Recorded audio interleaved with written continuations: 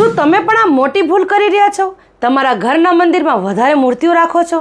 શું તમારા મંદિરમાં મૂર્તિઓમાં કે માતાજીના ફોટામાં ધૂળ લાગી ગઈ છે? કે ખંડિત મૂર્તિઓ મંદિરમાં રાખો છો? એકથી વધારે પણ મૂર્તિઓ તમે રાખો છો?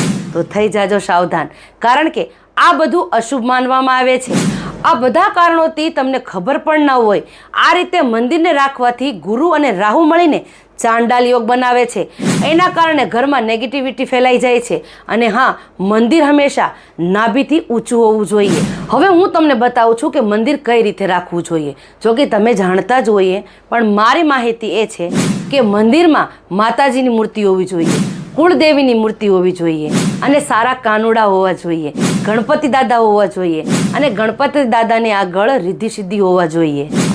અને ખાસ વાત તો એ છે કે એક કળશમાં પાણી ભરીને રાખવું જોઈએ. એમાં શ્રીફળ અને 5 આંબાના પાંદડા મૂકી દેવા જોઈએ.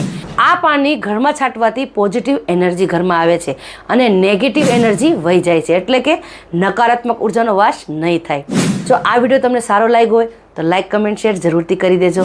અને આ વિડીયોને વધુમાં વધુ લોકોને શેર જરૂરથી કરજો, એટલે આ માહિતી લોકોને ખબર પડે. જય માતાજી.